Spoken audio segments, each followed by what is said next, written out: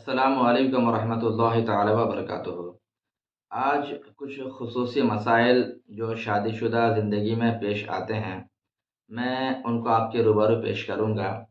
گزارش ہے کہ ان مسائل کو آپ تھوڑا پازیٹیو طریقے سے سمجھنے کی کوشش کریں، ان کو نگیٹو طریقے سے نہ لیں، پازیٹیو طریقے سے سمجھیں اور یہ جانیں کہ ایک مسئلہ ہے جو شادی شدہ جوڑوں کو جاننا بہت ضروری ہے۔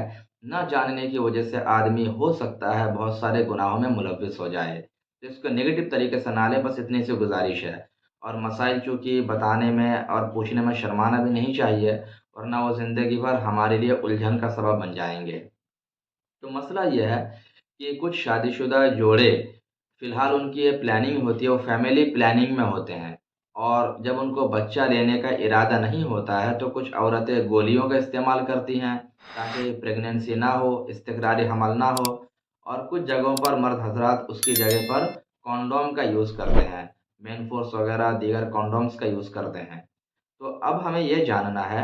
کہ ان چیزوں کا استعمال ہماری شریعت میں جائز ہے کہ جائز نہیں ہے۔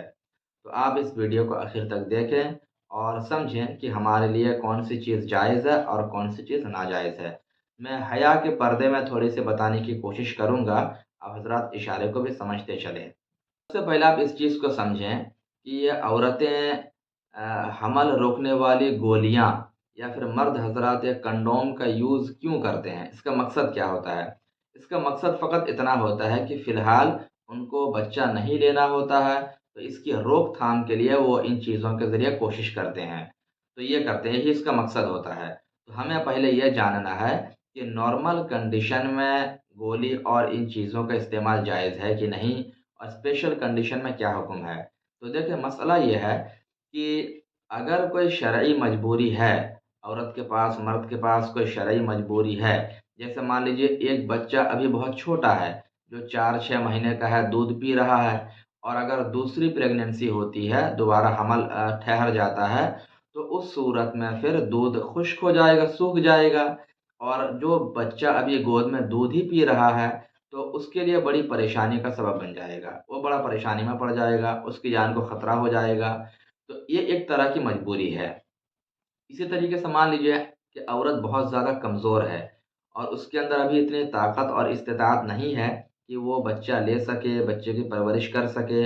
اور حتیٰ کہ یہاں تک امکان ہے کہ بچے کی پیدائش کی سختی کی وجہ سے اس کی جان بھی جا سکتی ہو۔ اگر ایسی کوئی پریشانی ہے اور ایسی مجبوری ہے تو اس صورت میں ٹیمپراری طور پر عورتیں بچہ نہ لینے کے لیے بچہ روکنے والی گولیاں ہوں یا مرد حضرات کنڈوم وغیرہ کا یوز کر سکتے ہیں، لیکن یاد رہے ایک ٹیمپراری طور پر ہے، پرماننٹلی ان چیزوں کا استعمال جائز نہیں ہے۔ ٹیمپراری طور پر کسی مجبوری، کسی عذر کے بنا پر یہ جائز ہے،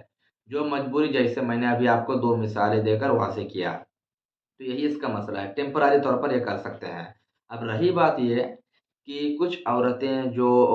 بچہ دانی کو نکلوا لیتی ہیں، تو یہ ایک طرح سے اللہ کی بنائی ہوئی تخلیق کو بدلنا ہے، اور اس کا ہمیں بالکل بھی اختیار نہیں ہے۔ اللہ نے ہمارے جسم کے ہر پارٹس کو جو دیا ہے وہ ہمارے پاس ایک اللہ کی امانت ہے، ہم اس کو بدلنے کے بالکل بھی اختیار نہیں رکھتے،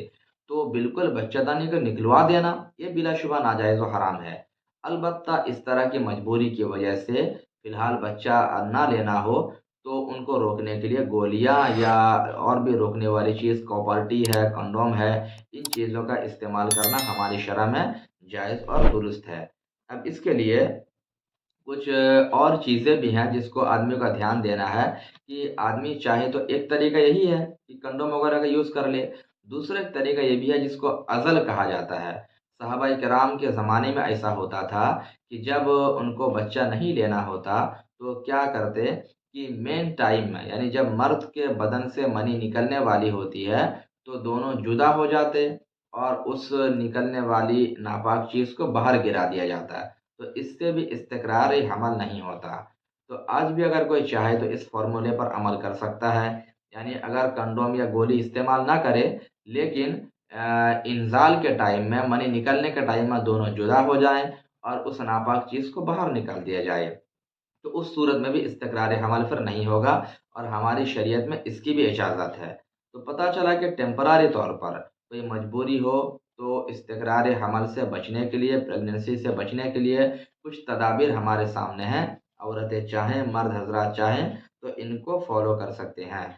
لیکن یہ چیزیں یاد رہے کہ پرماننٹلی اس کی اجازت نہیں ہے، بس مجبوری کے پیش نظر اس کی اجازت ہے۔ اللہ رب العزت ہم سبوں کو ایسے مسائل کو سمجھ کر اس پر عمل کرنے کی توفیق عطا فرمائے۔ السلام علیکم ورحمۃ اللہ تعالی وبرکاتہ۔